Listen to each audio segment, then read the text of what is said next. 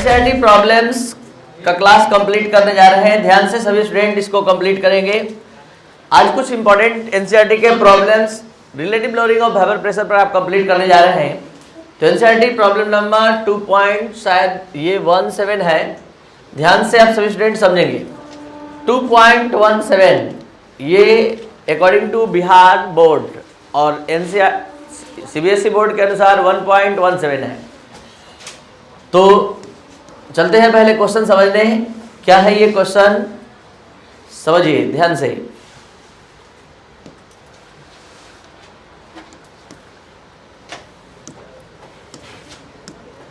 The Weber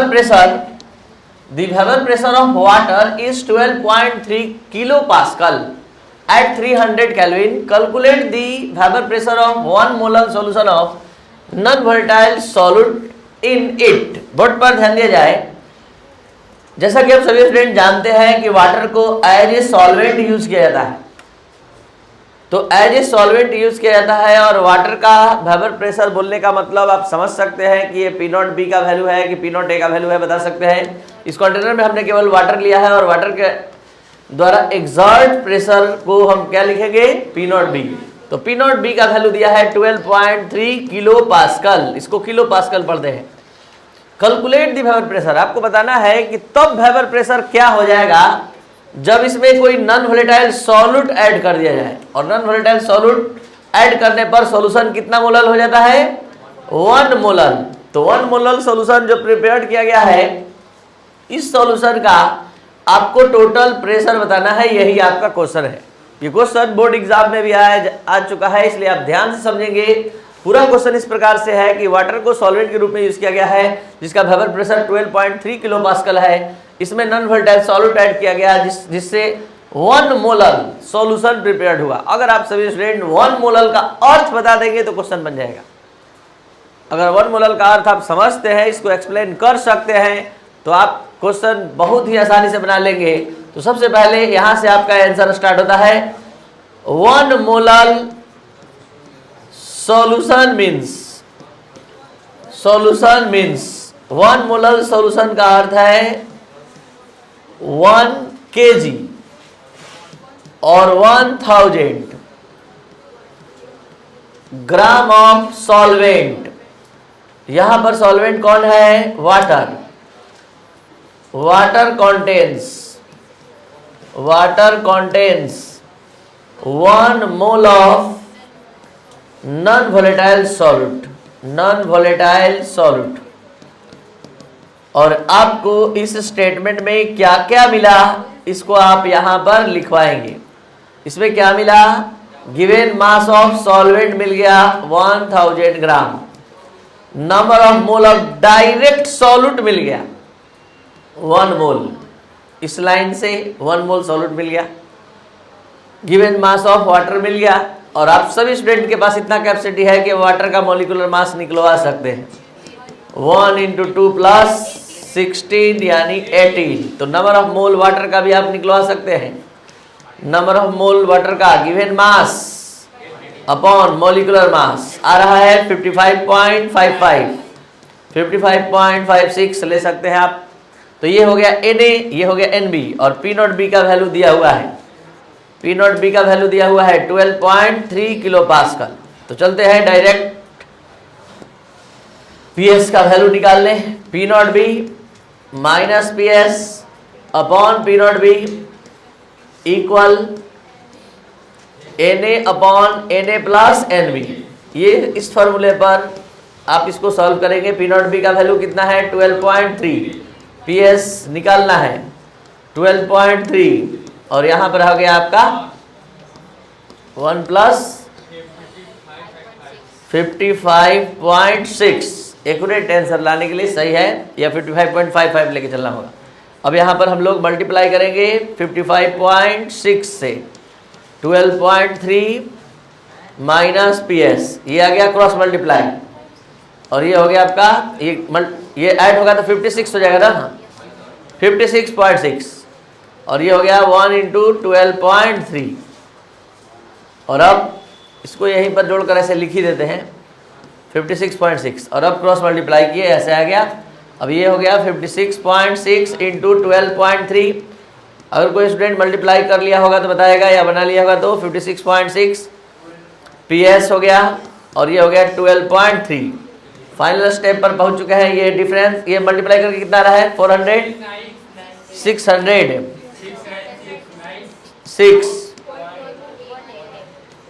minus 56.6 into PS 12.3, ये minus में ला दे रहा है इधर 12.3 और ये 56.6 PS।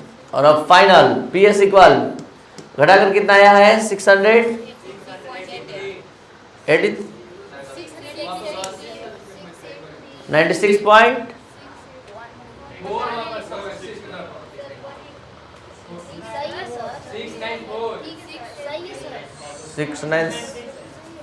696.18 में माइनस किए ना तो 83 आ गया। कितना आया 8868 और पॉइंट घटाने के बाद कितना रहा है 88 और ये डिवाइडेड बाय हो गया 56.6। Final answer 12.08 kilo pascal. एक बार शुरू से अंत तक आप इस पूरे क्वेश्चन के आंसर को समझेंगे विद इन 1 मिनट। अब पढ़ रहे हैं NCERT problem number 2.17। The vapour pressure of water is 12.3 kilo pascal. Water का वेपर प्रेशर ये दिया गया है। इसमें नॉन वोलेटाइल सॉल्यूट ऐड करने पर ये सॉल्यूशन 1 मोल प्रिपेयर्ड होता है।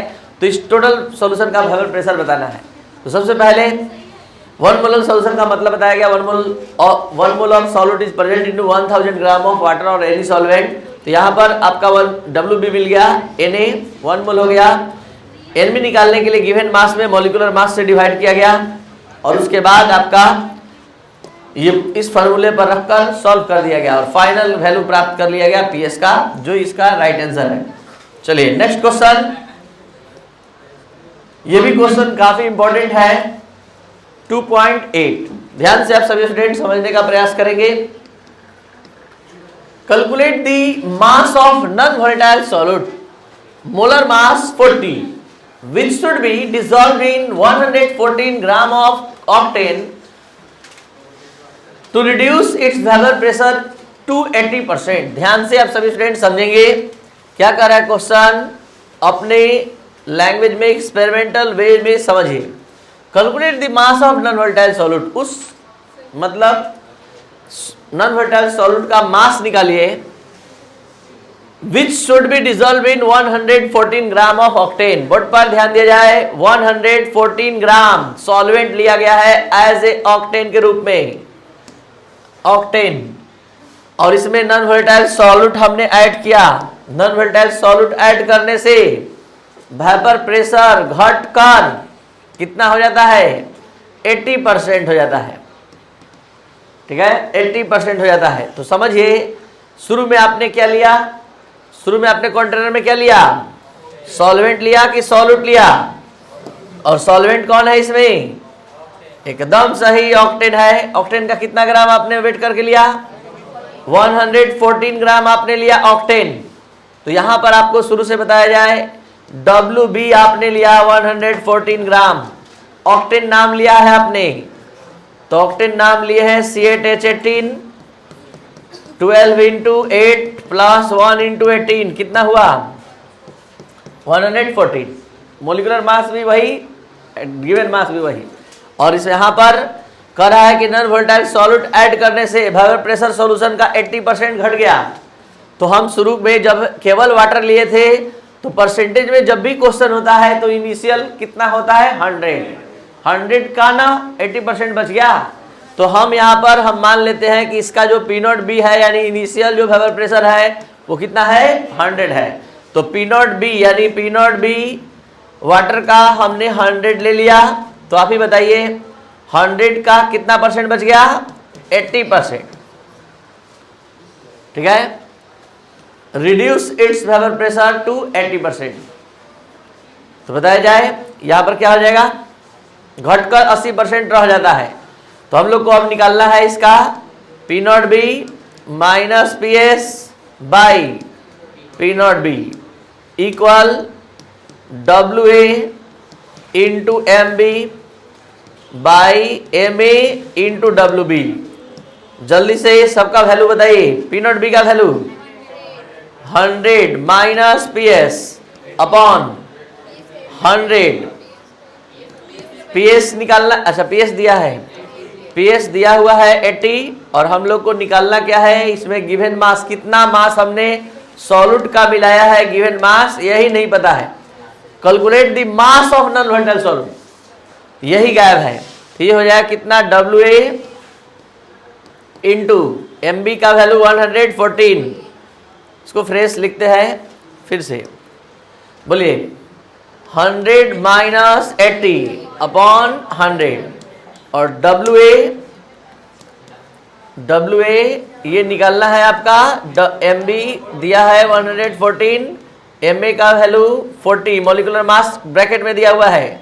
नॉन वोलेटाइल सॉल्यूट का मॉलिक्यूलर मास यहां पर दिया हुआ है, मोलर मास 40, तो यहां पर एम ए का वैल्यू दिया हुआ है 40। और इस तरह से आप इसको सॉल्व करके निकालेंगे। ये आपका 20 बाई कितना हो गया, 100, 5 हो गया, W A upon 40, then W A into 5 equal 40, then W A equal 8 gram.